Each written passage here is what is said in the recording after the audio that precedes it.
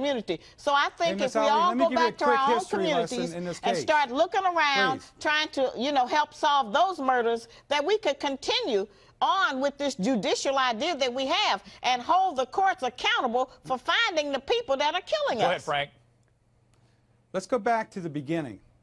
Right after the shooting, George was taken down to the station, and there were 11 Sanford Police Department members, the chief of police, and the state attorney, all aggregately speaking, probably over 150 years of law enforcement experience.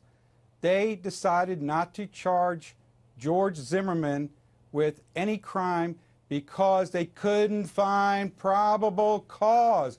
And it was only until Mr. Benjamin let me finish. No, let's talk about those 11 police officers. Are you gonna yak, or you want me to talk? Frank, please finish, and then Miss Ali. Go ahead, Frank, finish. Benjamin Crump wrote a letter, and you tell me when I'm off base here. Mr. Crump wrote a letter to the Department of Justice soon afterwards when there was no charges filed against George Zimmerman. In that letter, he stated that the Sanford Police Department had malfeasance on behalf of Mr. Zimmerman, who was a former magistrate with the somewhere in Virginia, up in Manassas, Virginia, and that he somehow compelled the state attorney and the chief of police not to charge George Zimmerman with any crime. All right. So guess what? They had no probable cause then, and they still don't have probable cause until you guys went out there and wrote the letters. Well, Miss Ali, go. I think what happened is that since Zimmerman is going around passing for white, and I think it's the custom in all of those police departments not to arrest white men for killing black males, that they didn't want to deal with it. And they weren't going to deal with it until there was an outcry from our community. Mark, help me out. It wasn't portrayed that way in the beginning. I would like to know the nationalities of those 11 police officers you claim were there. Mark. First of all, I think that a date between these two is a horrible idea. How dare you? I think it's a good idea. Secondly, how about I think that this shouldn't be about race. It's about whether the prosecution has sufficient evidence to prove that this wasn't self-defense, and they don't. And it's that simple. It's not that simple, though, guys, because it's generating passions. Jenny, you agree with this? All kinds of feelings about this case. Yes, it is. And let me just, I can pull up some Twitters here. Let me pick up a Twitter. I got a scenario. I got a scenario. I don't want to hear it, Frank. Hold on a second. I got a good scenario. Well, perhaps. Look at this Twitter. I'll put a Twitter up real quick. There are people, there's someone just right off my page just looking straight down. Miss Ali speaking truth on Dr. So there are people that feel the way Miss Ali does. That's what's important here. So, Miss Ali, these passions that are being generated are above and beyond this case, are they not? Well, that's because we have been here over 400 years, and I know that you all don't want to hear that. You don't want to talk about that. And we feel that we have been abused, and now you all don't want us anymore. We're not good for anything. You got the Latinos now, and they love America. We're still angry. We're carrying our grudges. You all can't get comfortable with us. And so this is the thing, that whenever something like that happens and one of us get killed, we feel the same no sanctuary feelings. And it's, oh, massa, y'all done went and killed us again. And we feel that same thing inside of us. And it goes on and on. And then we get so frustrated we want to do something. You know what? Let me speak here. So I'm up against the clock. I want to go to the break. She is, Miss Ali, it sounds awful what she's saying, but she is saying that that there's a trauma in her that gets revisited every time something like this happens. And that's legitimate. That is a legitimate feeling. It's a feeling, and that's something that can be dealt with. Every history book in this country is a lie. Everything that has been written about who did what, who invented what, has been a lie. We do not get recognition or credit for anything we have contributed to this country. So don't talk to me about lying, because y'all are the biggest liars on the planet. Trayvon was going back to whoop that. Can you stop auditioning for a Fox gig for 10 seconds and let somebody else talk? For us to just label people and race bait, I have a problem with that. It should be the soul of America that is hurting, because Trayvon represents all of our children, black children and white children. Love the way Penny said that. My co-host, of course, Samantha Shocker, and our panel. Joining us now is George Zimmerman's friend, outspoken supporter. You know him as Frank Taffy. Nancy knows him just as Taffy, and attorney and SiriusXM radio host Jenny Hutt. She joins us as well. Things got heated last night on the show. Emotions are still running high, but Miss Ali and Frank, you two, I need to be able to hear you guys, or our viewers need to be able to hear you, so please don't go on top of each other. All right? We start that as a ground rule, everybody? I'll try. Okay, Miss Ali? Yeah, I'll try. Maybe. Okay, Miss Ali, I'll give you the floor first. Do you have anything you'd like to say as a follow-on to last night? Well, I think that sometimes when you're trying to get a point out, it gets a little excited. And I know sometimes I get a little excited, but I'm really trying to explain something. I always try to come out and defend black men. They are the original man, the maker, the owner, the cream of the planet Earth, God of the universe. We have a good man, but a lot of times in the media, the black man is always set up to be the worst guy on the earth and be bad. And he's not bad, he's good. Okay, now, I got something for you. But Frank, I got you something tonight. Well, okay, Frank, please don't say anything. Don't say anything derogatory, take Frank. a chew on Frank, do you hear me? No. I got a fact here. Okay, and but Crystal brought it up earlier in the show. But Frank, it doesn't make certain that we really need to. You're going to talk about the black-on-black violence? What are you going to talk about? I want to know what it is first before you go there. You worried me. No. She brought up a point about family values. Okay, go. And the core family. Okay. That today in American society, 3 out of every 4 African-American babies are born out of wedlock. And it was it's a very valid point that she made. Okay, I want to bring Crystal back. It goes back to, we talk about incarceration. Yeah.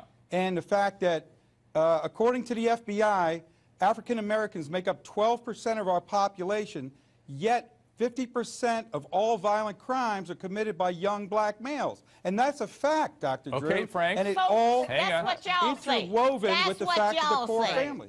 Instead of using facts to further No, each that's what the other's FBI points, said. though, I know, I'm That's what saying, the FBI I'm not saying said. it's not a fact. I didn't say it. Frank, I'm not saying it's not a fact. Instead of using facts to further each other's points, and is it ignorant for me to say that? Why can't we try to better ourselves and look past all this racial tension and try to come up with a better America, a more evolved America? Is that not possible? It's easy rhetoric. Okay. Wait, I want to have Crystal respond. Every time we reach across the aisle. Hang on, Frank. I want to have Crystal respond to this. And Crystal, I'm going to frame it in a way that maybe Miss Ali will even like, which Miss Ali carries in her heart the trauma of 400 years. Is it possible that trauma is still being transmitted through these family systems? And if so, how do we heal that? Because what Frank is saying, you would probably agree with factually. I would say as a clinician, that's a problem that needs to be healed, not even so much a social problem. I see it as an issue of trauma and family systems. You tell me. Crystal. Okay, I think, I agree with a lot of what you said, Dr. Drew. I think there's 2 things, and I agree with what Samantha said and Frank, and I agree with everybody tonight on some point. We need to look at each other as individuals, Shahrazad, and we also need to look at, like Frank said, the ills that are dragging down black Americans. And Dr. Drew, I don't think it's emotional. I think we have to call it what it is. We need to be encouraging young black men to get married and take responsibility for the love of their life. Because we're all products of parents, I guarantee you. Shahrazad, Frank, Samantha, Dr. Drew, and me. And if we're not products of parents, we learned along the way because people told us that certain behavior was not acceptable. Absolutely. So it's not acceptable, like Frank said, to have out of wedlock births. It's Got just it. not. Jenny, you've been doing jumping jacks. Hang on, Frank. Jumping jacks just because I feel like nobody really listens to one another. So the first thing that Ms. Ali had said was that black men are good men. I kind of feel like if Frank had just said, listen, Ms. Ali, you're right. Black men are inherently good men, just like all men are inherently good men. Yes. It would have a whole different tone. Everything else They're not. thereafter. There's All men are not sort good. of mirroring behavior that recognizes what OJ wasn't. Anyone is saying, I feel like. So and to Crystal's point, frankly, emotions are often at the root and the base of everything we as human beings do. Yes. Miss Ali, go ahead. Can't deny I agree, that. Jenny. Miss Ali. Yes. Well, I think I think we have to look at the root of the problem of our broken families. If somebody's ancestors had not drugged us here, destroyed our families, tore our babies from our breasts, destroyed our man, and even today, if you want to help the black man so bad, then level the playing field and allow him to compete for a job. Let it go, man. Okay, Frank. Open your heart and let the peace and healing start. Let it go. Frank, Frank, y'all don't have no peace and healing. Frank, how do we do that? Frank, I want to give you of all people, give us some way that people can do that. It's not like, hey, a magic wand and people feel traumas go away. How do we? It's a very complex issue, Frank. And so how do you do it? Okay, acceptance is the answer today to all our problems, Dr. Drew. And we got to realize, we as human beings, we have no control over other people, places, or things.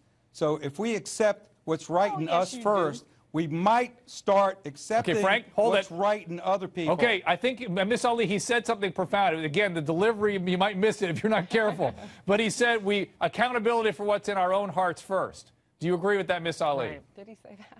Well, I'm not in total disagreement with that. That's but we right. first have to I level know the that. playing field. There we go. You all always want to shut us out. Don't want to shut you out, Miss Ali. I want you to come back tomorrow. I want you to come back tomorrow. You're shutting me out.